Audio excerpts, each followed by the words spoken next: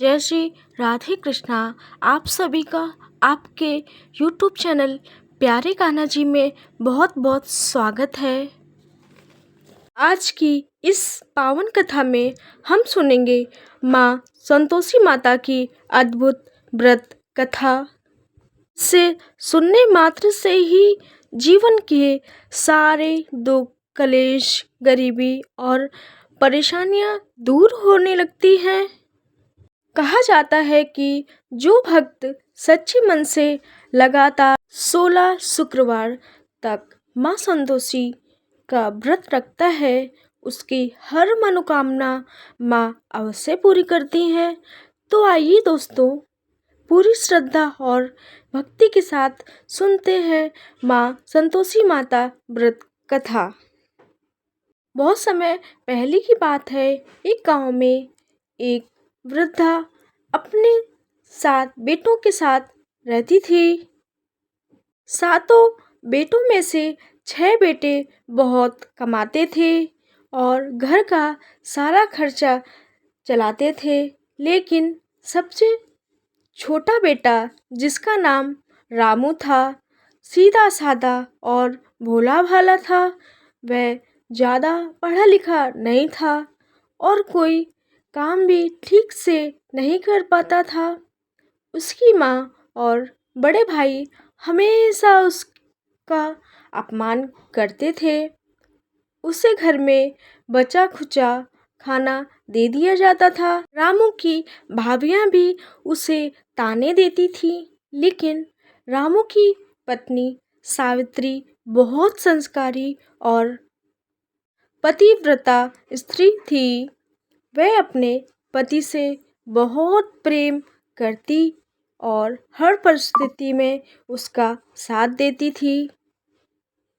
एक दिन रामू ने अपनी पत्नी से कहा, सावित्री, मैं अब इस घर में और अपमान सहन नहीं कर सकता। मैं शहर जाकर काम करूँगा और कुछ बनकर लौटूंगा। सावित्री ने दुखी मन से कहा, स्वामी, मैं आपके बिना कैसे रहूँगी। रामू बोला, बस कुछ दिनों की बात है, जब मैं धन कमाकर लौटूंगा तब हमारी सारी परेशानियां दूर हो जाएंगी। इतना कहकर रामू शहर चला गया। घर से रामू के जाने के बाद सावित्री पर अत्याचार और भी बढ़ गया। सास उसे दिन रात काम करवाती, भाभियां उसे ताने देती, उसे ठीक से भी नहीं मिलता भोजन भी।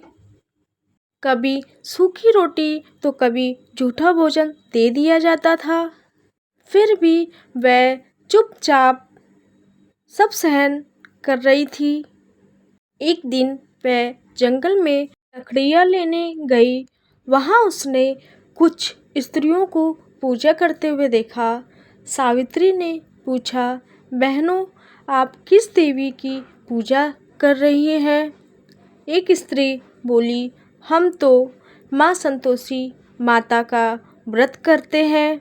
माँ संतोषी अपने भक्तों की हर इच्छा पूरी करती है। सावित्री ने पूछा, इस व्रत को कैसे किया जाता है? तब स्त्रियों ने जवाब दिया, हर शुक्रवार माँ संतोषी का व्रत रखा जाता है। गुड़ और चने का भोग लगाया जाता है, कथा सुनी जाती है और सबसे महत्वपूर्ण बात, इस दिन खटाई नहीं खानी चाहिए। उन्होंने आगे कहा, जो भक्त सच्चे मन से 16 शुक्रवार व्रत करता है, माँ उसकी हर मनोकामना पूरी करती है।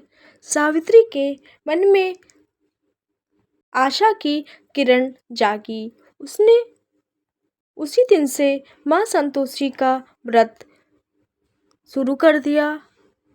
अब वह हर शुक्रवार सावित्री स्नान करके साफ सुथरे वस्त्र पहनती और माँ संतोषी की पूजा करती, दीप जलाती, गुड़ और चने का भोग लगाती तथा कथा सुनती।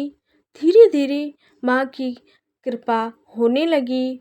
उधर शहर में रामू को एक व्यापारी के यहाँ नौकरी मिल गई। वह मेहनत और ईमानदारी से काम करने लगा। कुछ ही समय में व्यापारी उससे बहुत प्रसन्न हुआ और उसे व्यापार में साझेदार बना लिया। रामू धीरे धीरे धनवान बन गया, लेकिन उसे अपने घर पर की पत्नी की कोई खबर नहीं थी। एक रात माँ संतोषी रामू के स्वप्न में प्रकट हुई। माँ बोली, बेटा, तेरी पत्नी बहुत कष्ट सह रही है। वह मेरा व्रत कर रही है। अब समय आ गया है कि तू अपने घर लौट जा। रामू अचानक जाग गया। उसे अपनी पत्नी की याद आने लगी। अगले ही दिन उसने घर लौटने का निश्चय किया। रामू बहुत सारा धन, वस्त्र और उपहार लेकर अपने गांव पहुंचा। जब वह घर पहुंचा तो सब उसे देखकर हैरान रह गए। सास और भाभियां जो पहले उसका अपमान करती थी, अब मीठी मीठी बातें करने लगी। लेकिन सावित्री सबसे अलग एक कोने में बैठी थी। रामू ने अपनी पत्नी की हालत देखी तो उसकी आंखों में आंसू आ गए। उसने पूछा, सावित्री, तुम्हारी यह हालत कैसे हुई? सावित्री ने कहा, स्वामी, यह सब माँ संतोषी की कृपा है कि आज आप वापस लौट आए। फिर उसने सारी बात बता दी। रामू को अपनी माँ और भाइयों के व्यवहार पर बहुत दुख हुआ। उसने अलग घर बना लिया और सावित्री के साथ खुशी खुशी रहने लगा। धीरे धीरे 16 शुक्रवार पूरे होने लगे। सावित्री ने माँ संतोषी के व्रत का उद्यापन करने का निश्चय किया। उसने देवरों के बच्चों को भोजन पर बुलाया, लेकिन उसकी भाभियां उससे बहुत जलती थीं। उन्होंने बच्चों को सिखाया खाने में खटाई मांगना। उद्यापन के दिन सावित्री ने बड़ी प्रेम से भोजन बनाया। खीर, पूड़ी, चने और मिठाई परोसी।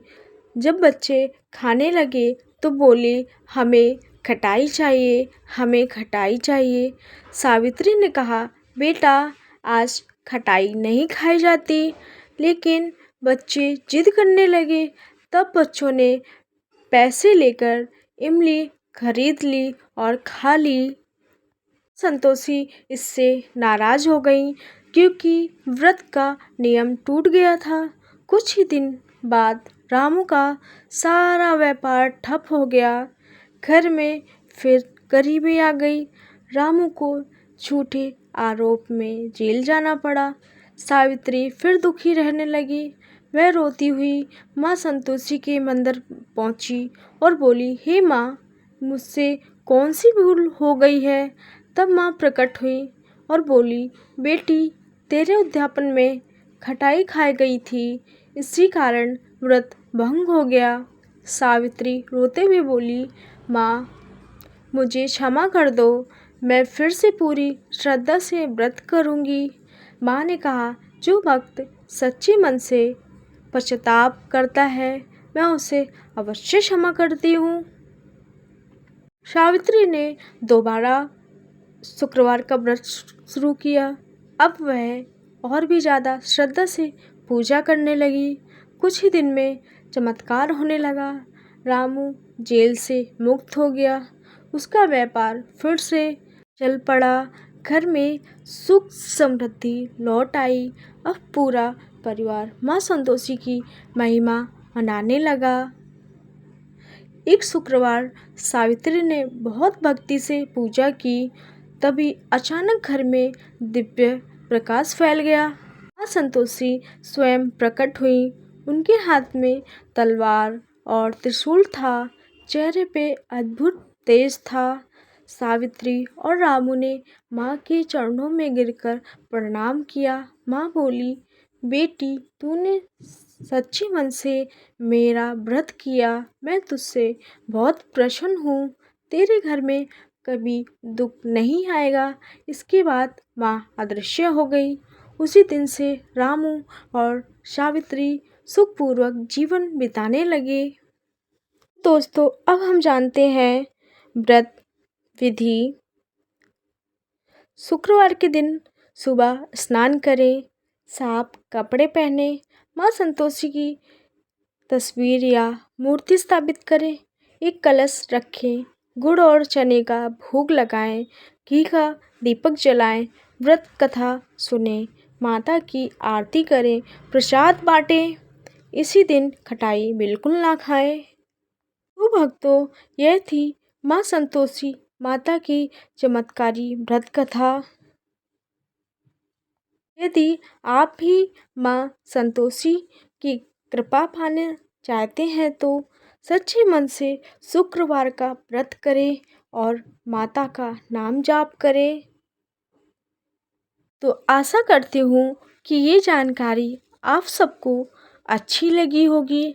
ऐसे ही ज्ञानवर्धक जानकारी प्राप्त करने के लिए अगर आप चैनल पर पहली बार आए हैं तो चैनल को सब्सक्राइब ज़रूर करें और साथ में बेल आइकन प्रेस करें ताकि वीडियो का नोटिफिकेशन आपको समय से मिलता रहे।